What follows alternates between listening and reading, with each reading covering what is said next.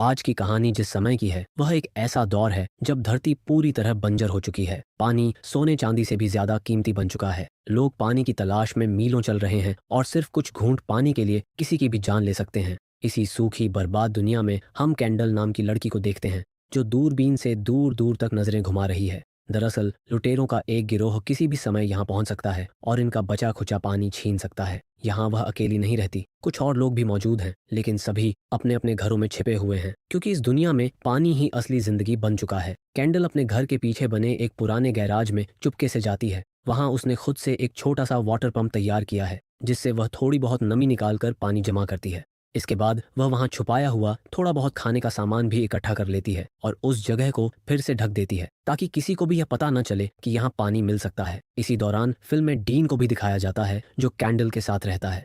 लेकिन डीन के दिन बहुत कम बचे हैं क्योंकि उसकी दोनों किडनियां फेल हो चुकी हैं। पानी की कमी के कारण उसकी हालत दिन ब दिन खराब होती जा रही है। दोनों की कोशिश बस इतनी है कि किसी तरह ये लोग यहाँ से निकल जाएं और किसी ऐसी जगह पहुंचे जहां पानी भी मिले और इंसानियत भी। कैंडल थोड़ा सा पानी लेकर दूर बने एक जर्जर घर की ओर जाती है, लेकिन अंदर जाने से पहले वह ध्यान से आसपास देखती है ताकि यह यकीन हो जाए कि वहां कोई खतरा नहीं है। इस घर में एल्बी नाम का एक छोटा लड़का रहता है। वह बिल्कुल अकेला है। कैंडल उसे पानी देती है ताकि वह कुछ और दिन जीवित रह सके क्योंकि उसने अपनी आंखों के सामने बहुत से लोगों को सिर्फ प्यास की वजह से मरते हुए देखा है। एल्बी उसे पानी देने के लिए धन्यवाद कहता है। जाते हुए कैंडल उससे वादा करती है कि वह लोग जल्द ही इस जगह को छोड़कर चले जाएंगे किसी बेहतर और सुरक्षित जगह पर। कैंडल ऐसा इसलिए कहती है क्योंकि दूर स्थित एक पुराने वेयरहाउस के अंदर एक छोटा एयरप्लेन रखा हुआ है। कैंडल कई सालों से उसे ठीक करने की कोशिश कर रही है ताकि वह और डीन इस उजड़ी हुई जगह को हमेशा के लिए छोड़ सकें।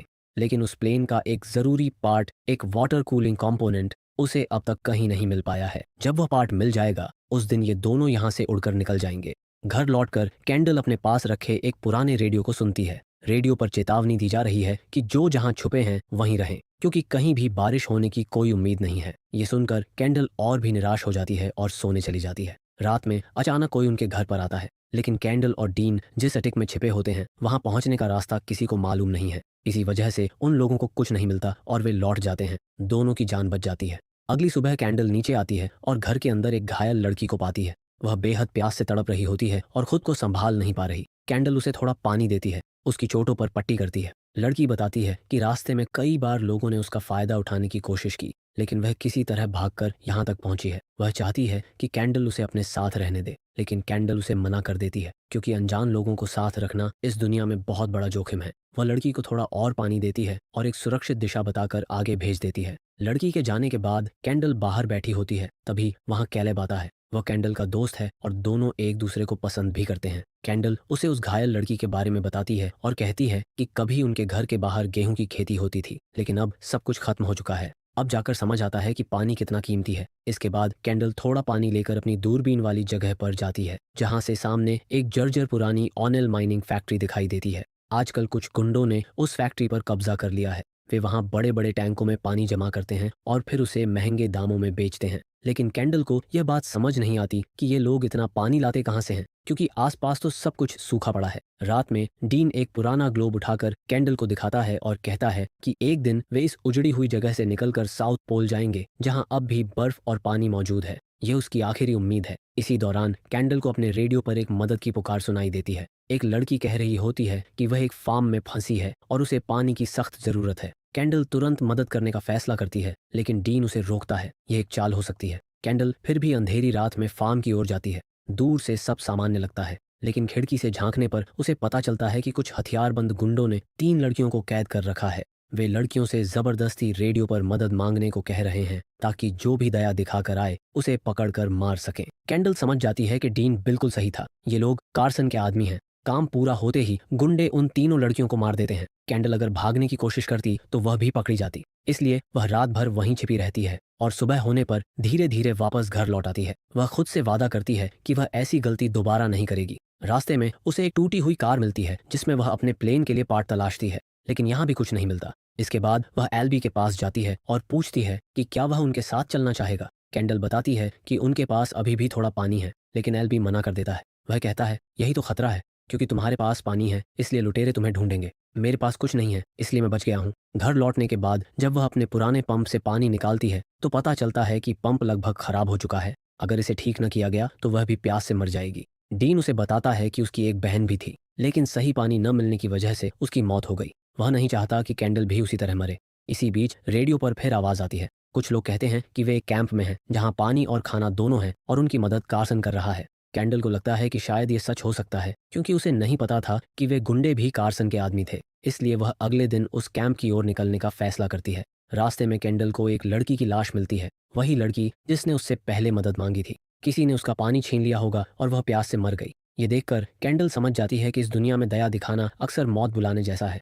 थोड़ा आगे जाने पर कैंडल को कुछ लोग दिखाई देते हैं जो किसी को दफना रहे होते हैं। वहां उसे कैलेब भी मिलता है। कैलेब उसे देखकर कहता है कि उसे भी उनके साथ चलना चाहिए। कार्सन सबकी मदद कर रहा है, लेकिन कैंडल मना कर देती है। वह कहती है कि बिना देखे समझे वह किसी पर भरोसा नहीं कर सकती। इतने में वहां कार्सन खुद अपनी बेटी और कुछ आदमियों के साथ पहुंच जाता है। कैंडल उन्हें देखकर पास बने एक घर में छुप जाती है। लोग कार्सन से कहते हैं कि उन्होंने अपने हथियार फेंक दिए हैं और वे उसके साथ रहना चाहते हैं। कार्सन पूछता है, तुम्हारे पास पानी है? वे कहते हैं, नहीं। बस इतना सुनते ही कार्सन अपना असली रूप दिखाता है। वह कहता है, क्या मैं ठेका लेकर बैठा हूं तुम सबको पालने का? इसके बाद कार्सन अपने आदमियों से कैलेब के साथ आए पूरे परिवार को वहीं मार डालता है। कैंडल ये सब घर के अंदर छुपकर देख रही होती है। फिर कार्सन कैलेब के सिर पर बंदूक तानकर पूछता है कि क्या घर में कोई और भी छुपा हुआ है? डर के मारे कैलेब हाँ कह देता है। इसके बाद कार्सन के आदमी घर के अंदर एक जहरीली गैस छोड़ देते हैं। कैंडल का दम घुटने लगता है, पर अगर वह बाहर निकली तो गोली मार दी जाएगी, इसलिए वह अपनी सांस रोककर वहीं छिपी रहती है।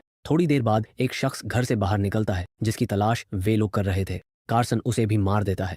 ये सब देखकर कैंडल को समझ आ जाता है कि यह वह जमाना नहीं रहा जहां कोई किसी की मदद करेगा। हर किसी को बस अपने फायदे से मतलब है। और कार्सन कितना खतरनाक है ये भी साफ हो जाता है। उनके चले जाने के बाद कैंडल घर से बाहर आती है और ताज़ी हवा में गहरी सांस लेती है। आज उसकी जान बहुत मुश्किल से बची है। वापस घर आने के रास्ते में उस पर कार्सन का एक आदमी हमला कर देता है, लेकिन कैंडल अपनी बंदूक से उसे मार गिराती है और सीधे उस फार्म की तरफ भागती है जहां उसका प्लेन रखा हुआ है। वहां ऑल्पी भी रहता है। कैंडल बार बार उससे कहती है कि उनके पास अभी भी उम्मीद बाकी है, वह एक दिन यहाँ से उड़कर निकल जाएंगे। इसके बाद वह अपने घर जाती है और पानी निकालने की कोशिश करती है, लेकिन अब उनका पंप पूरी तरह खराब हो चुका है। यह खबर वह डीन को देती है। वह यह भी बताती है कि सुबह रेडियो पर जो कैंप की आवाज़ें उसने सुनी थी वह सब झूठ था। कार्सन के लोग उन सभी को मार चुके थे ताकि कम लोग जिंदा रहें और उनके स्टोर किए हुए पानी का इस्तेमाल कम हो। कुछ देर बाद डीन कहता है कि उसके पास अब बहुत कम समय बचा है। वह अपने आखिरी समय में अपनी बहन की कब्र के पास कुछ देर बैठना चाहता है। कैंडल उसकी हर बात मानती है और अगले दिन उसे उसकी बहन की ग्रेव के पास ले जाती है। वहां पहुंचकर डीन रोने लगता है। वह कहता है, मैं नहीं चाहता कि तुम मुझे दफनाओ, क्योंकि अगर मेरी कब्र यहीं रही तो तुम इस घर को छोड़कर नहीं जाओगी, और मैं नहीं चाहता कि तुम भी मेरी तरह फंस जाओ। मुझे जला देना ताकि मेरी कोई निशानी न बचे। ये सुनकर कैंडल टूट जाती है। उसे अफसोस है कि वह अपने दोस्त को बचा नहीं पा रही। वह डीन की बातों से बहुत ज्यादा इमोशनल हो जाती है और सोचती है कि किसी भी हाल में उसे बचाने का कोई रास्ता ढूंढना होगा। जब कैंडल उठती है, वह देखती है कि उनके घर के बाहर फिर से कार्सन के आदमी खड़े हैं। कार्सन का शक हमेशा से इस घर पर था, क्योंकि यहाँ बाहर एक पुराना हैंडपंप है। उसे भरोसा था कि कोई न कोई यहाँ जरूर छुपकर पानी निकालता होगा। आज वह खुद भी वहां आ गया है। कार्सन फिर वही झूठी मीठी बातें करके उन्हें बाहर आने के लिए उकसाता है, जैसे वह दूसरों की मदद करना चाहता हो। लेकिन कैंडल को उसकी असलियत पता है, इसलिए वह ऊपर अटिक में लौट जाती है और डीन के साथ फॉइल पेपर ओढ़ लेती है। कारण कार्सन के आदमी घर में एक हीट डिटेक्शन डिवाइस लेकर घूमते हैं ताकि किसी इंसान की गर्मी से पता चल सके कि कोई अंदर छिपा है या नहीं। लेकिन कैंडल पहले से तैयार रहती है। फॉइल पेपर उनकी बॉडी हीट को छुपा देता है, इसलिए डिवाइस उन्हें पकड़ नहीं पाता। कार्सन के आदमी घर में एक बार फिर जहरीली गैस छोड़ देते हैं, लेकिन कैंडल ने पहले ही एक मास्क बना रखा है। वह पहनकर वह और डीन दोनों इस बार भी बच जाते हैं। कुछ देर बाद कार्सन को यकीन हो जाता है कि घर में कोई नहीं है। वह अपने लोगों से कहता है कि यह जगह खाली है और फिर घर के बाहर एक मार्ग बनाकर आगे बढ़ जाता है। जाते जाते उसकी बेटी क्लेयर को ऊपर खिड़की पर थोड़ा फॉइल पेपर दिखाई देता है। उसे थोड़ा शक भी होता है, पर वह ज्यादा ध्यान नहीं देती और चली जाती है। आज भी दोनों की जान बाल बाल बची है। उनके जाने के बाद कैंडल छुकर उनका पीछा करती है ताकि ये पता लगा सके कि कार्सन के पास कितना सामान है और उसकी असली ताकत क्या है। लेकिन तभी पीछे से कार्सन का एक आदमी उस पर हमला करता है। वह कैंडल पर गोली चलाने की कोशिश करता है, लेकिन कैंडल भी पीछे हटने वालों में नहीं है। वह उसे पछाड़ देती है और अपनी बंदूक से वहीं मार गिराती है। कैंडल सीधे एल्बी/लेवी के पास पहुंचती है। वह उससे कहता है, तुम्हें यहाँ नहीं आना चाहिए था। तुम्हारे जाने के कुछ देर बाद कार्सन के आदमी तुम्हें ढूंढते हुए यहाँ आए थे। मैं तो बस छुप कर बच गया। कैंडल उसे सांत्वना देती है और कहती है, अब तुम्हें ज्यादा दिन छुपना नहीं पड़ेगा, मैं सब ठीक कर दूंगी। उसे मालूम है कि लड़ाई अब आखिरी दौर में पहुंच चुकी है। और अब वह कार्सन का मुकाबला करने के लिए तैयार है। कैंडल वापस डीन के पास आती है, तभी उसे बाहर कुछ लोग दिखाई देते हैं। वे आम लोग जैसे लग रहे थे, कोई हथियार नहीं। इसीलिए डीन कहता है कि हमें उनकी मदद करनी चाहिए क्योंकि हमारे पास पानी है। कैंडल बाहर जाकर बंदूक तानकर पूछती है, क्या तुम लोग कार्सन के आदमी हो? वे मना करते हैं। वे बताते हैं कि कार्सन ने उनके वेल सब पर कब्जा कर लिया है, इसलिए वे भागकर यहाँ तक आए हैं। उन्हें बस थोड़ा पानी चाहिए और कुछ नहीं। कैंडल उन्हें पानी देती है। वे थैंक यू कहकर चले जाते हैं।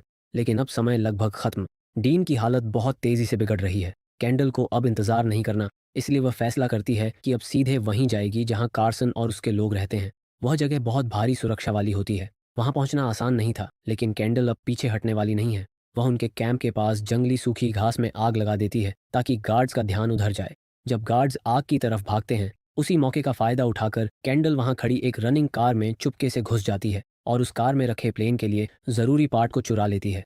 इसके साथ वह तेजी से वहां से निकलकर वापस घर पहुंचती है। वह डीन को बताती है कि पार्ट मिल गया है।